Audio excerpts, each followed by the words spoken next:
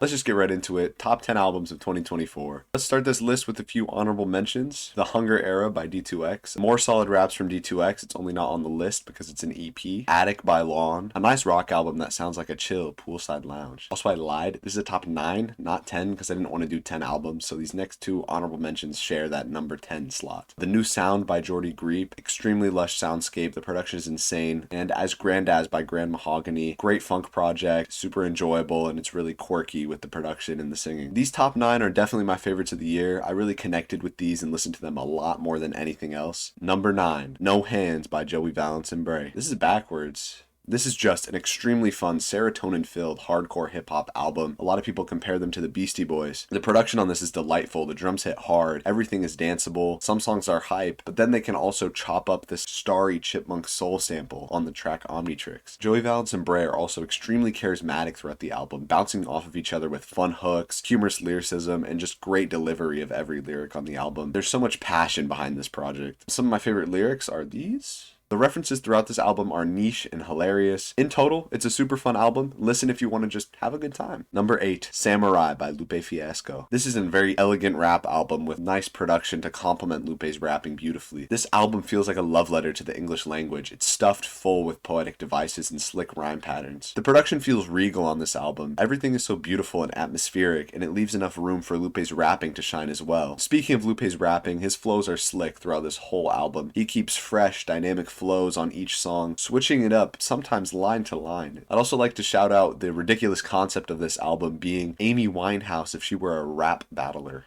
Wait, if she were a battle rapper. If you're into skillful rapping and just a masterful use of poetry in the English language, this album is for you. Delight to just scan through and analyze casually. Number 7, GNX by Kendrick Lamar. This was a crazy surprise drop. I got out of that basketball session, man. I was like, damn, Kendrick really dropped. This album nails the West Coast feel. Most tracks are fun, and when they're not, they're great conceptual tracks on this album. Kendrick's performances are, once again, diverse and masterful. He's a legend when it comes to just varied deliveries and flows. As he said, new flows come and be patient, brother. The production is also great throughout this album. Jack Antonoff and Soundwave nail it, no matter if it's a conceptual track or a hit. They're a great producer duo. There's a couple duds for me on this, but overall, it's just another example of why Kendrick is a star, and he remains to be one of the best rappers ever. Number 6, King of the Mischevious South, Volume 2 by Denzel Curry. I'm glad Denzel was able to move away from a conscious album into his old style, because this album is so much fun. Every track here is good. Even the interludes tie the album together well and make it feel whole. And it also interestingly takes you into its own world of the Mischievous South while not being a concept album. Denzel also slides on every single style he tries here, whether it's cloud rap, rage, or just that general southern feel that he recalls back to on this album. The features also shine and match the energy of the songs perfectly, whether it's the Mexican OT on Black Flag Freestyle or Armani White on Wishlist. The production isn't crazy on this album, but it's solid and enjoyable throughout, and it does what it wants to perfectly. Overall, this album is very consistent and enjoyable. If you want an amazing mixtape full of hits, no misses, King of the Mischevious South. Number 5, Tidal Memory EXO by Igloo Ghost. This album is insanity from start to finish. It's an industrial, muddy, hard-hitting, deconstructed club masterpiece. This is an extremely well put together album. I can't fathom how he created such an extreme album that's also so cohesive within its sound. Overall, the cover represents the insanity of this album so well. It takes you into this post-apocalyptic world where fossils come to life, and I didn't realize music could sound like that. The only complaint I have is some tracks kind of blend with each other. If you're into dense, chaotic, hyper production, listen to this album. It's extremely unique. Number 4, I Laid Down My Life For You by JPEGMAFIA. Peggy does it again, except this time with a more rock metal infused inspiration into the album. He nails the energy on this album with bangers like Sin Miedo and Vulgar Display of Power, but he can also nail more introspective songs like Either On or Off the Drugs and I Recovered From This. His humor is also still present on this album, whether he's saying no drizzy or he's dissing the IDF. He's still very charismatic on the mic. The production on this album is fantastic and diverse, whether it's rap metal songs like the intro or the super unique AI sample on Either On or Off the Drugs. It's that usual JPEGMAFIA quality with the metal twist. Worth the listen, as it's a great rap album listening experience and not just a collection of songs. Also, my review for this album was featured on the Rate Your Music Best of 2024 list, and that's pretty cool. Number 3, Imaginal Disc by Magdalena. This is an amazing synth-pop album that also acts as a perfect example of how progression can be done within pop. Only complaint is it starts a little slow, but after that, every single song is amazing and it keeps the energy throughout. The album kind of transports you into this old Windows computer with its electronic production. It feels like both a blast from the past and also a look into the future. Mika's singing throughout this album is great. Whether it's about love or she's just having fun, she brings joy to every song with catchy lyrics and memorable hooks. Lil Yachty's even interpolated on this album, so he's made my top 5 2 years in a row now. Overall, this is an amazing pop album. Electronic music and pop music have mixed extremely well this year, and this is just another example of how good pop is outside of the mainstream. Number 2, You Like Music by Keith Rankin from Death's Dynamic Shroud and Galen Tipton. Chaos. This album is chaotic, digitally infused, deconstructed club. It's insanity. It can feel like complete nonsense at times, but that's the beauty of the album. The vocal chops are rapid, there's random incomprehensible noise that creates a beat, but no matter what, each song has this strange danceable energy to it. The album also manages to stay fresh throughout with different electronic styles, I guess, whether it's the more epic finality of Full Body to Flip or the upbeat chorus in Generate Utopia. The chaos on the album is unique from song to song. For something so out of the box with its experimentation, there's little for me to complain about. If you're weird enough to appreciate both super hyper and rapid music and weird music that thinks outside of the box, so far outside of the box, give this album a listen. There's nothing like it, and I'm not sure there ever will be. And the number 1 album of the year, according to me, is Brat by Charli XCX. Brat dominated this year. Whether or not it's your favorite album of 2024, this album is 2024 in such an interesting and unique way. The unique marketing of the album with its blurry cover and that iconic green, it dominated America, and the music thankfully matches its popularity. This album is a great electro-pop experience. Every song has such weight and impact that only these 10 out of 10 albums can have for me. Charli nails her performance on every track. Whether it's very unique introspective songs like I Think About It All the Time or pop hits like Apple and 360, Charli XCX knows how to make catchy and fun music. The production is also amazing on this album. Each song is a banger to me, or an interesting introspective track like with Sympathy is a Knife. This album tries so many different things, does them all well, and still keeps a cohesive style and sound, and that's so commendable. The electronic production also can hit hard on this album, whether it's like that super bassy conclusion on 365 or like the meow, meow, meow on Sympathy is a Knife. There's really not many pop albums out there that can stay as consistent and reach the high highs that Brat does, and that's why it's my album of the year. So, what was your album of the year? Was there anything I missed that made your top 10? Any albums I haven't heard that I should listen to? By the way, these are all the albums I've listened to. Let me know in the comments below. That wraps 2024. I'll see you guys next year for more reviews. Man, that was pretty freaking good.